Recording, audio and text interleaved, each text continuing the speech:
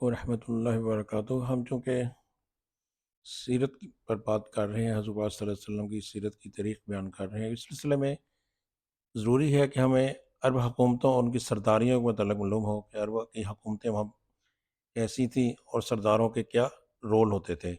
اسلام سے پہلے عرب کے جو حالات تھے ان پر گفتگو کرتے ہوئے مناسب معلوم ہوتا ہے کہ وہاں کی حکومتوں، سرداریوں، مذاہب و ادیان کا بھی مختصر خاکہ پیش کر دیا جائے تاکہ ظہور اسلام کے وقت جو پوزیشن تھی وہ بآسانی سمجھ میں آ سکے۔ جس وقت جزیرۃ العرب پر خورشید اسلام کی تابناک شعاعیں روشن ہوئیں، وہاں دو قسم کے حکمران تھے، ایک تاج پوش بادشاہ جو در حقیقت مکمل طور پر آزاد و خود مختار نہ ہوتے تھے، اور دوسرے قبائلی سردار جنہیں اختیارات و امتیازات کے اعتبار سے وہی حیثیت حاصل تھی جو تاج پوش بادشاہوں کی تھی، لیکن ان کی اکثریت کو ایک مزید امتیاز یہ بھی حاصل تھا کہ پورے طور پر آزاد و مختار تھے۔ تاج پوش حکمران یہ تھے: شاہان یمن، شاہان آل غسان یعنی کہ شام، اور شاہان ہیرا یعنی کہ عراق۔ بقیہ عرب حکمران تاج پوش نہ تھے۔ سب سے بڑی بادشاہی وہاں یمن کی تھی۔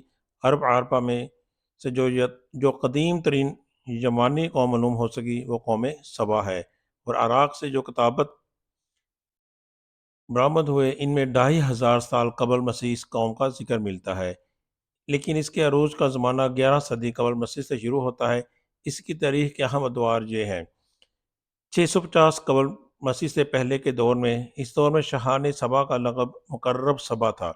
ان کا پایہ تخت سرواہ تھا، جس کے کھنڈر آج بھی معارب کے مغرب میں ایک دن کے راہ پر پائے جاتے ہیں، اور یہ خریبہ کے نام سے مشہور ہے۔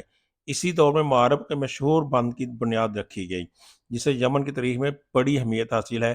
کہا جاتا ہے کہ اس دور میں سلطنت سبا کو اس قدر عروج حاصل ہوا کہ انہوں نے عرب کے اندر اور عرب سے باہر جگہ جگہ اپنی نو آبادیاں قائم کر لی تھیں۔ 650 قبل مسیح سے لے کر 150 قبل مسیح تک کا دور، اس دور میں سبا کے بادشاہوں نے مقرب کا لفظ چھوڑ کر ملک یعنی کہ بادشاہ کا لقب اختیار کر لیا، اور سردہ کے بجائے معارب کو اپنا دارالسلطنت بنا لیا۔ یہ معارب آج بھی اسٹریٹجک اہمیت کا حامل علاقہ ہے۔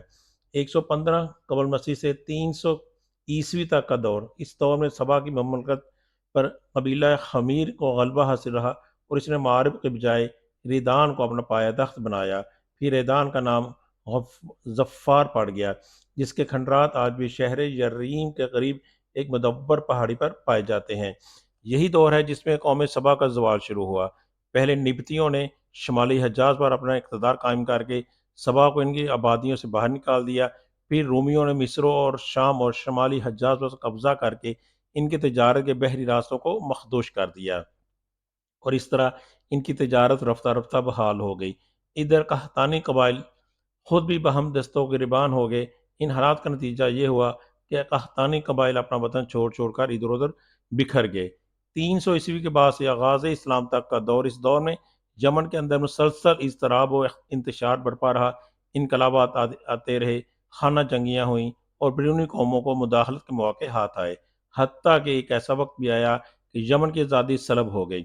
چنانچہ یہی دور ہے جس میں رومیوں نے عدن پر فوجی تسلط قائم کیا، اور ان کی مدد سے حبشیوں نے حمیر و ہمدان کی باہمی کشاکش کا فائدہ اٹھاتے ہوئے 340 عیسوی میں پہلی بار یمن پر قبضہ کر لیا، جو 378 عیسوی تک برقرار رہا۔ اس کے بعد یمن کی آزادی تو بحال ہو گئی، مگر معارب کے مشہور بند میں رکھنے پڑنا شروع ہو گئے، یہاں تک کہ بالآخر 450 یا 451 عیسوی کے آگے پیچھے بند ٹوٹ گیا، اور وہ عظیم سیلاب آئے جس کا ذکر قرآن مجید میں سورہ سبا میں سیل عرب کے نام سے کیا گیا ہے۔ سورہ مبارکہ میں آتا ہے: لقد کان لسبع فی مسکنہم آیات جنتان عن یمین و شمال کلوا من رزق ربکم واشکروا لہ بلدۃ طیبۃ ورب غفور۔ قوم سبا کے لیے اپنی بستیوں میں قدرت الہی کی نشانی تھی۔ ان کے دائیں بائیں 2 باغ تھے۔ ہم نے ان کو حکم دیا تھا کہ وہ اپنے رب کی دی ہوئی روزی کھائیں اور اس کا شکر ادا کریں، اور یہ عمدہ شہر اور وہ بخشنے والا مہربان رب ہے۔ وَأَعْرَضُوا فَأَرْسَلْنَا عَلَيْهِمْ سَيْلَ الْعَرْمِ وَبَدَّلْنَاهُمْ بِجَنَّتَيْهِمْ جَنَّتَيْنِ ذَوَاتَا أُكُلٍ خَمْطٍ وَعَسْلٍ وَشَيْءٍ مِّن سِدْرٍ قَلِيلٍ، لیکن انہوں نے روگردانی کی تو ہم نے ان پر زور کے سیلاب کا پانی بھیج دیا، اور ہم نے ان کے ہرے بھرے باغوں کے بدلے 2 ایسے باغ دیے جو بد مزہ میووں والے تھے، بکثرت جھاڑیوں اور بیری کے درختوں والے تھے۔ یہ قرآن پاک میں آیا ہے اسی طرح ان کا ذکر۔ یہ بہت بڑا زبردست حادثہ تھا، اس کے نتیجے میں بستیوں کی بستیاں ویران ہو گئیں اور بہت سے قبائل ادھر ادھر بکھر گئے۔ پھر 523 میں ایک اور سنگین حادثہ پیش آیا، یعنی کہ یمن کے یہودی بادشاہ زونواس نے نجران کے عیسائیوں پر ایک ہیبت ناک حملہ کر کے انہیں عیسائی مذہب چھوڑنے پر مجبور کرنا چاہا، اور جب وہ اس پر آمادہ نہ ہوئے تو زونواس نے خندقیں کھدوا کر انہیں بھڑکتی ہوئی آگ کے الاؤ میں جھونک دیا۔ اس کا ذکر بھی قرآن پاک کی سورۃ بروج کے اندر موجود ہے، وقت کی کمی کی وجہ سے میں اس کو نہیں دہراؤں گا، آپ وہاں سے لے سکتے ہیں۔ اسی لرزہ خیز واقعے کی طرف اشارہ کیا ہے۔ اس واقعے کا نتیجہ یہ ہوا، عیسائیت جو رومی بادشاہوں کی قیادت میں بلاد عرب کی فتوحات اور تصحیح پسندی کے لیے پہلے سے ہی چست و چابک دست تھی، انتقام لینے پر تل گئی اور حبشیوں کو یمن پر حملے کی ترغیب دیتے ہوئے انہیں بحری بیڑا مہیا کیا۔ حبشیوں نے رومیوں کی شاہ پا کر 525 میں ریاض کی زیر قیادت 70,000 فوج سے یمن پر دوبارہ قبضہ کر لیا۔ قبضہ کے بعد ابتداً اوشا حبش کے گورنر کی حیثیت سے ریاض نے یمن پر حکمرانی کی، لیکن پھر اس کی فوج کے ایک متحد کمانڈر ابرہ نے اسے قتل کر کے خود اقتدار پر قبضہ کر لیا اور شاہ حبش کو اپنے تصرف پر راضی کر لیا۔ یہی ابرہ ہے جس نے بعد میں خانہ کعبہ کو ڈھانے کی کوشش کی، اور اس واقعے کا ذکر انشاءاللہ مناسب وقت پر کیا جائے گا۔ اور ایک اور لشکر جرار کے علاوہ چند ہاتھیوں کو بھی ساتھ لے کر آیا۔ ادھر واقعہ فیل میں حبشیوں کی جو تباہی ہوئی، اس سے فائدہ اٹھاتے ہوئے اہل یمن نے حکومت فارس سے مدد مانگی اور حبشیوں کے خلاف الب بغاوت بلند کر کے سیف ذی یزن حمیری کے بیٹے مادی یرکرب کی قیادت میں حبشیوں کو ملک سے باہر نکال کیا، اور ایک آزاد و مختار قوم کی حیثیت سے معاہدی کرب کو اپنا بادشاہ منتخب کر لیا۔ یہ 575 کا واقعہ ہے۔ آزادی کے بعد معاہدی کرب نے کچھ حبشیوں کو اپنی خدمت اور شاہی جلوں کی زینت کے لیے روک لیا، لیکن یہ شوق اس کو بہت مہنگا ثابت ہوا۔ ان حبشیوں نے ایک روز مادی کرب کو دھوکے سے قتل کر کے ذی یزن کے خاندان سے حکمرانی کا چراغ ہمیشہ کے لیے گل کر دیا۔ ادھر کسرا نے صورتحال کا فائدہ اٹھاتے ہوئے سنا پر ایک فارسی اور نسل گورنر مقرر کر کے یمن کو فارس کا ایک صوبہ بنا لیا۔ اس کے بعد یمن پر یکے بعد دیگرے فارسی گورنروں کا تقرر ہوتا رہا، یہاں تک کہ آخری گورنر بازان نے 627 میں اسلام قبول کر لیا، اور اس کے ساتھ ہی یمن فارسی اقتدار سے آزاد ہو کر اسلام کی عملداری میں آ گیا۔ اب اس کے بعد ہیرا کی بادشاہی تھی۔ عراق اور اس کے نواحی علاقوں پر قروش کبیر، ہورس یا سائرس ذوالقرنین 557 قبل مسیح سے لے کر 569 قبل مسیح کے زمانے ہی سے اہل فارس کی حکمرانی چلی آ رہی تھی۔ کوئی نہ تھا جو ان کے مد مقابل آنے کی جرت کرتا، یہاں تک کہ 326 قبل مسیح میں سکندر مقدونی نے دارالاول کو شکست دے کر فارسیوں کی طاقت توڑ دی، جس کے نتیجے میں ان کا ملک ٹکڑے ٹکڑے ہو گیا اور طوائف الملوکی شروع ہو گئی۔ یہ انتشار 230 تک جاری رہا، اور اسی دوران قحطانی قبائل نے ترک وطن کر کے عراق کے ایک بہت بڑے شاداب سرحدی علاقے پر بعد اختیار کر لی۔ پھر عدنانی تارکین وطن کا ریلا آیا اور انہوں نے لڑ بھڑ کر جزیرہ فراتیہ کے ایک حصے کو اپنا مسکن بنا لیا۔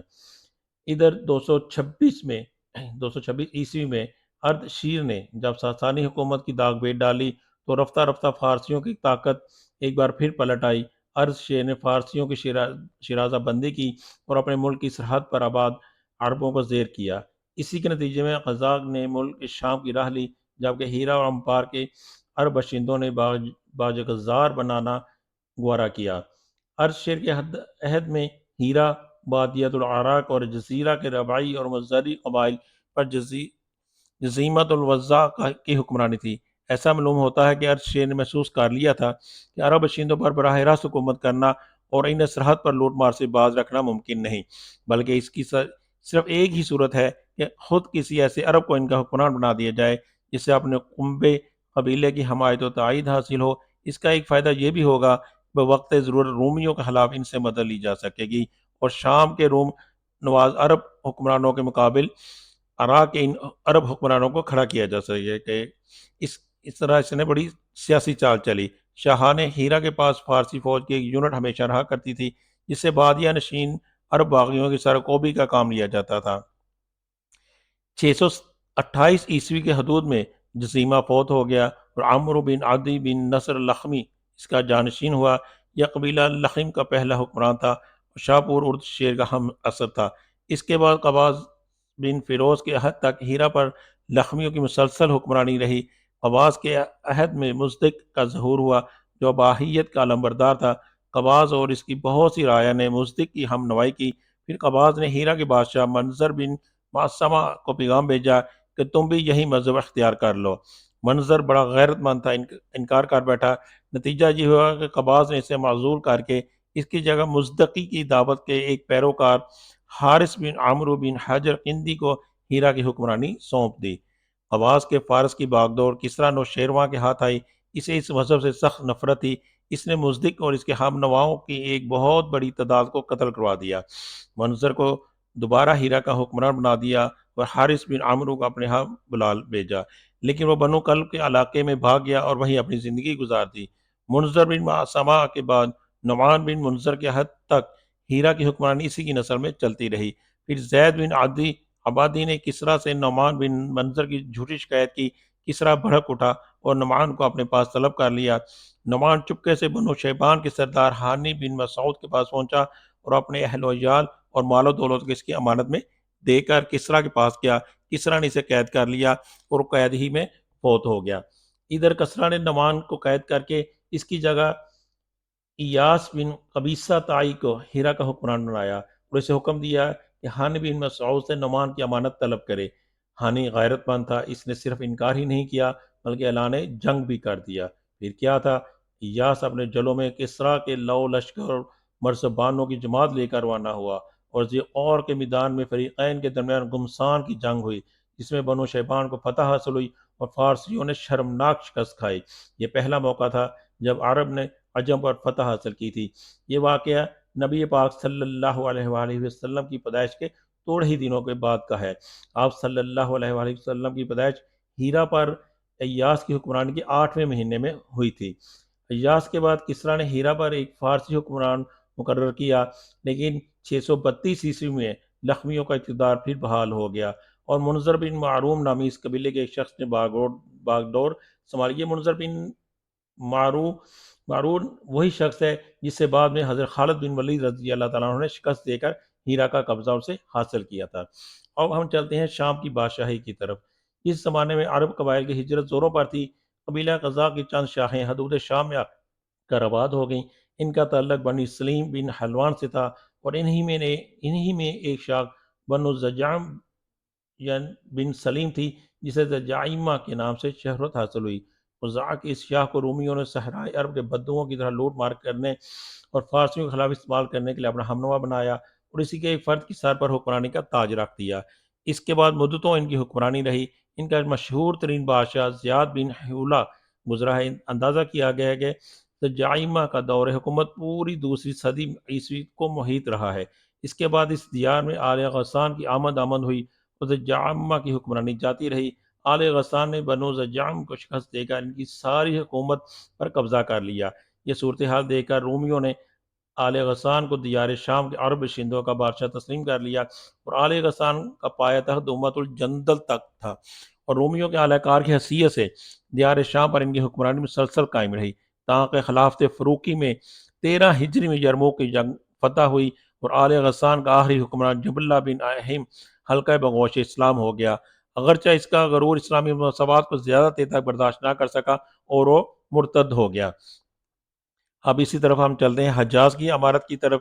یہ بات و معروف ہے کہ مکہ میں آبادی کا آغاز حضرت اسماعیل علیہ السلام سے ہوا۔ آپ نے 137 سال کی عمر پائی اور تا حیات مکہ کے سربراہ اور بیت اللہ کے متولی رہے۔ آپ کے بعد آپ کے 2 صاحبزادگان تھے، نابد اور پھر قیدار، اور بعض جگہ پہ آتا ہے کہ قیدار پہلے تھے پھر نابد نے حکمرانی حاصل کی۔ یکے بعد دیگرے مکہ کے ولی ہوئے۔ ان کے بعد ان کے نانا مزاز بن عمرو جرہمی نے زمام کلا اپنے ہاتھ میں لے لی اور اس طرح مکہ کی سربراہی بنو جرہم کی طرف منتقل ہو گئی اور ایک عرصے تک انہی کے ہاتھ میں رہی۔ حضرت اسماعیل علیہ السلام چونکہ اپنے والد کے ساتھ مل کر بیت اللہ کے بانی و معمار تھے، اس لیے ان کی اولاد کو باوقار مقام ضرور حاصل رہا، لیکن اقتدار و اختیار میں ان کا کوئی حصہ نہ تھا۔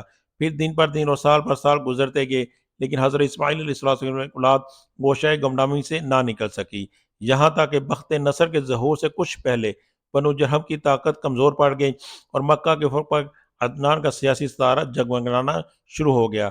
اس کا ثبوت یہ ہے کہ بخت نصر نے ذات علق میں عربوں سے جو معرکہ رائی کی تھی، اس میں عرب فوج کا کمانڈر جرہمی نہ تھا۔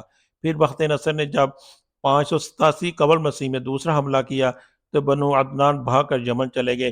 اس وقت بنو اسرائیل کے بنی نبی حضرت یرمیہ تھے، وہ عدنان کے بیٹے معد کو اپنے ساتھ ملک شام لے گئے، اور جب بخت نصر کا زور ختم ہوا اور معد مکہ آئے تو انہیں مکہ میں قبیلہ جرہم کا صرف ایک شخص جرثیم بن حلیمہ ملا۔ بعد نے اس کی لڑکی معانہ سے شادی کر لی اور اس کے بطن سے نزار پیدا ہوا ہے۔ اس کے بعد مکہ میں جرہم کی حالت خراب ہوتی گئی، انہیں تنگ دستی نے آ گھیرا۔ نتیجہ یہ ہوا کہ انہوں نے زائرین بیت اللہ پر زیادتیاں شروع کر دیں اور خانہ کعبہ کا مال کھانے سے بھی دریغ نہ کیا۔ ادھر بنو عدنان اندر ہی اندر ان کی حرکتوں پر کڑتے اور بھڑکتے رہے۔ اس لیے جب بنو خزاع نے مرا زہران سے پڑاؤ کیا اور دیکھا کہ بنو عدنان بنو جرہم سے نفرت کرتے ہیں، تو اس کا فائدہ اٹھاتے ہوئے ایک عدنانی قبیلے بنو بکر بن عبد مناف بن کنانہ کو ساتھ لے کر بنو جرہم کے خلاف جنگ چھیڑ دی اور انہیں مکہ سے نکال کر اقتدار پر قبضہ کر لیا۔ یہ واقعہ دوسری صدی عیسوی کے وسط کا ہے۔ بنو جرہم نے مکہ چھوڑتے وقت زمزم کا کنواں پاٹ دیا، اس میں کئی تاریخی چیزیں دفن کر کے اس کے نشانات بھی مٹا دیے۔ محمد بن اسحاق کا بیان ہے کہ عمرو بن حارث بن وزاز جرہمی نے خانہ کعبہ کے دونوں ہرن اور اس کے کونے میں لگا ہوا پتھر حجر اسود نکال کر زمزم کے کنویں میں دفن کر دیا اور اپنے قبیلے بنو جرہم کو ساتھ لے کر یمن چلا گیا۔ بنو جرہم کو مکہ سے جلا وطنی اور وہاں کی حکومت سے محروم ہونے کا بڑا قلق تھا، بہت غصہ تھا۔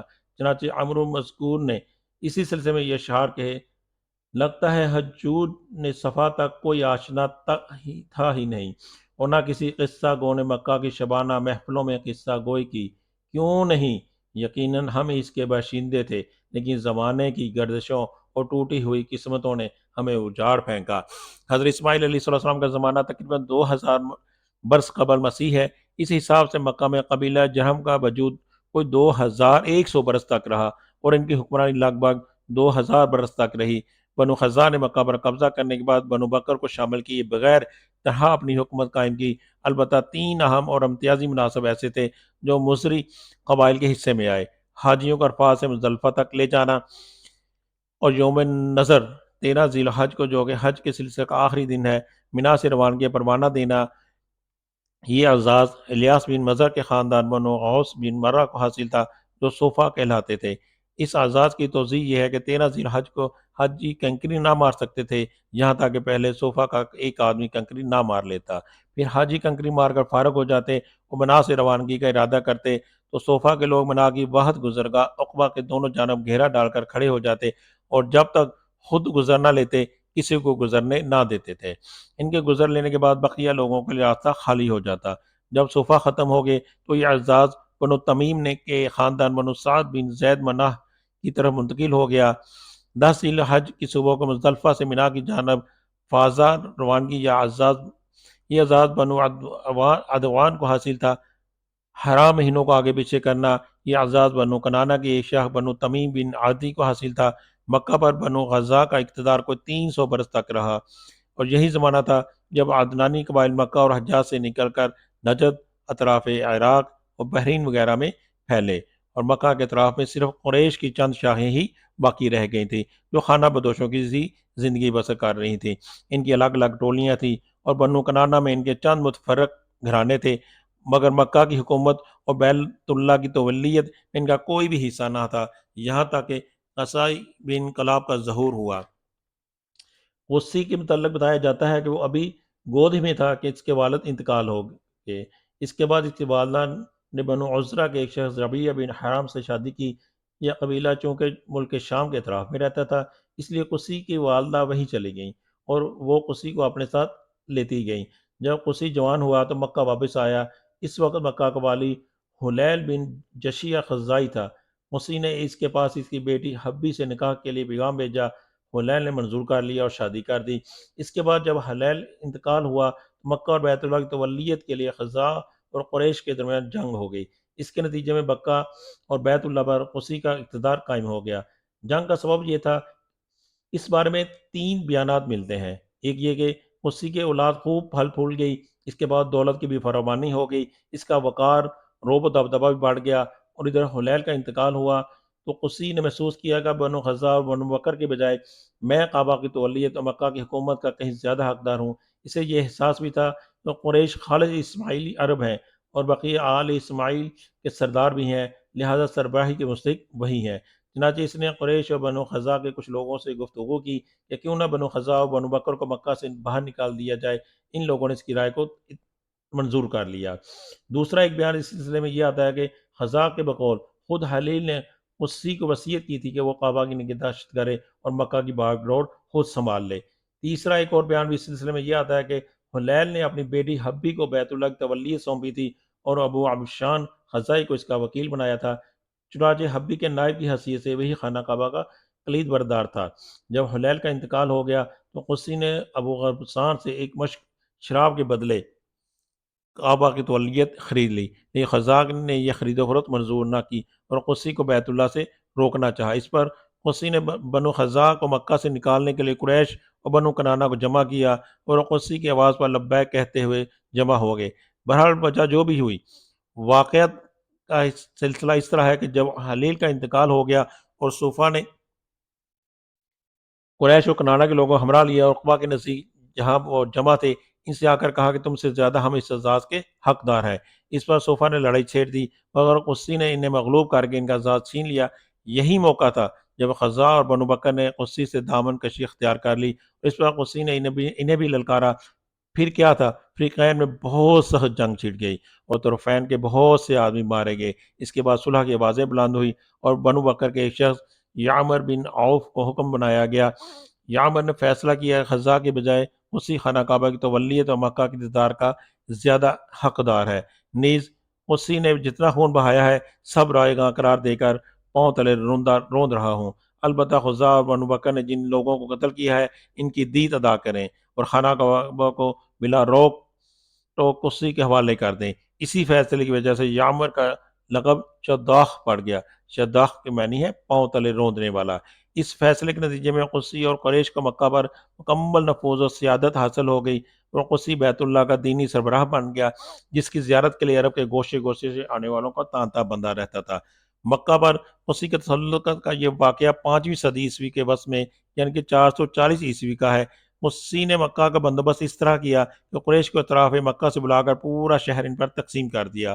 ہر خاندان کے بود و باش کا ٹھکانہ مقرر کیا، البتہ مہینے آگے پیچھے کرنے والوں کو نیز آل صفوان بن عدوان اور بنو مرہ بن عوف کو ان کے مناصب پر برقرار رکھا، کیونکہ قسی سمجھتا تھا کہ یہ بھی دین کا حصہ ہے جس میں رد و بدل کرنا درست نہیں۔ قسی کا ایک کارنامہ یہ بھی ہے کہ اس نے حرم کعبہ کے شمال میں دارالندوہ تعمیر کیا۔ اس کا دروازہ مسجد کی طرف تھا۔ دارالندوہ در حقیقت قریش کی پارلیمنٹ تھی جہاں تمام بڑے بڑے اہم معاملات کے فیصلے ہوتے تھے۔ قریش پر دارالندوہ کے بڑے احسانات ہیں کیونکہ یہ ان کی وحدت کا ضامن تھا اور یہی ان کے الجھے ہوئے مسائل بحسن و خوبی طے ہوتے تھے۔ اسی کو سربراہی اور عظمت کے حسب ذیل مظاہر حاصل تھے۔ دارالندوہ کی صدارت جہاں بڑے بڑے معاملات کے متعلق مشورے ہوتے تھے اور جہاں لوگ اپنی لڑکیوں کی شادیاں بھی کرتے تھے۔ لوا یعنی جنگ کا پرچم، حجابت یعنی خانہ کعبہ کی پاسبانی، سقایا پانی پلانا، حاجیوں کو پانی پلانا، رفادہ حاجیوں کی میزبانی کرنا۔ اس کے معنی یہ ہے کہ حاجیوں کے لیے بطور ضیافت کھانا تیار کیا جاتا تھا۔ اس مقصد کے لیے قسی نے قریش پر ایک خاص قسم رقم مقرر کر دی تھی جو موسم حج میں قسی کے پاس جمع کی جاتی تھی۔ قسی اسی رقم سے حاجیوں کے لیے کھانا تیار کر رہا تھا۔ جو لوگ تنگ دست ہوتے یا جن کے پاس توشہ نہ ہوتا وہ یہی کھانا کھاتے تھے۔ یہ سارے مناسب قسی کو حاصل تھے۔ قسی کا پہلا بیٹا عبدالدار تھا مگر اس کی بجائے دوسرا بیٹا عبد مناف قسی کی زندگی ہی میں شرف و سیادت کے مقام پر پہنچ گیا تھا۔ اسی لیے قسی نے عبدالدار سے کہا کہ یہ لوگ اگرچہ شرف و سیادت میں تم پر بازی لے جا چکے ہیں مگر میں تمہیں ان کے ہم پلہ کر کے رہوں گا۔ چنانچہ قسی نے اپنے سارے مناسب اور اعزازات کی وصیت عبدالدار کے لیے کر دی، یعنی دارالندوہ کی ریاست، خانہ کعبہ کی حجابت، لوا، سقائیت اور افادہ سب کچھ عبدالدار کو دے دیا۔ چونکہ کسی کام میں قسی کی مخالفت نہیں کی جاتی تھی اور نہ اس کی کوئی بات مسترد کی جاتی تھی بلکہ اس کے ہر اقدام اس کی زندگی میں بھی اور اس کے موت کے بعد بھی واجب الاتباع سمجھے جاتے تھے، یہ صحیح سمجھا جاتا ہے جیسے یہ دین کا حصہ ہے۔ اس لیے اس کی وفات کے بعد اس کے بیٹوں نے کسی نزاع کے بغیر اس کی وصیت قائم رکھی، لیکن جب عبد مناف کی وفات ہو گئی تو اس کے بیٹوں نے اس مناسب کے سلسلے میں اپنے چچیرے بھائیوں یعنی عبدالدار کی اولاد سے تنافس کیا۔ اس کے نتیجے میں قریش دو گروہ میں بٹ گئے اور قریب تھا کہ دونوں میں جنگ ہو جاتی، مگر پھر انہوں نے صلح کی آواز بلند کی اور ان مناسب کو باہم تقسیم کر لیا۔ چنانچہ سقائیت رفاہ کے مناسب بنو اب مناف کو دے دیے گئے اور دار الندوہ کی سربراہی لوا اور حجابت بنو الدار کے ہاتھ میں رہی۔ پھر بنو عبد مناف نے اپنے حاصل شدہ مناسب کے لیے قرعہ ڈالا تو قرعہ ہاشم بن عبد مناف کے نام نکلا، لہذا ہاشم ہی نے اپنی زندگی پھر سقایا رفادہ کا انتظام کیا۔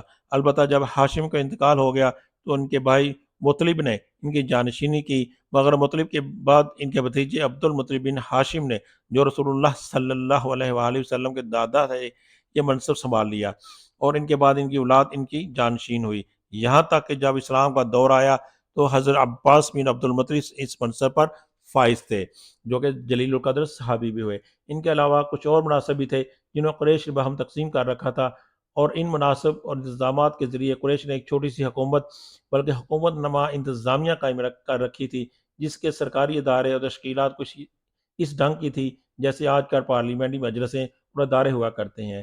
اس کا مناسب سا خاکہ میں ابھی پیش کیا جاتا ہے، کر دیتا ہوں۔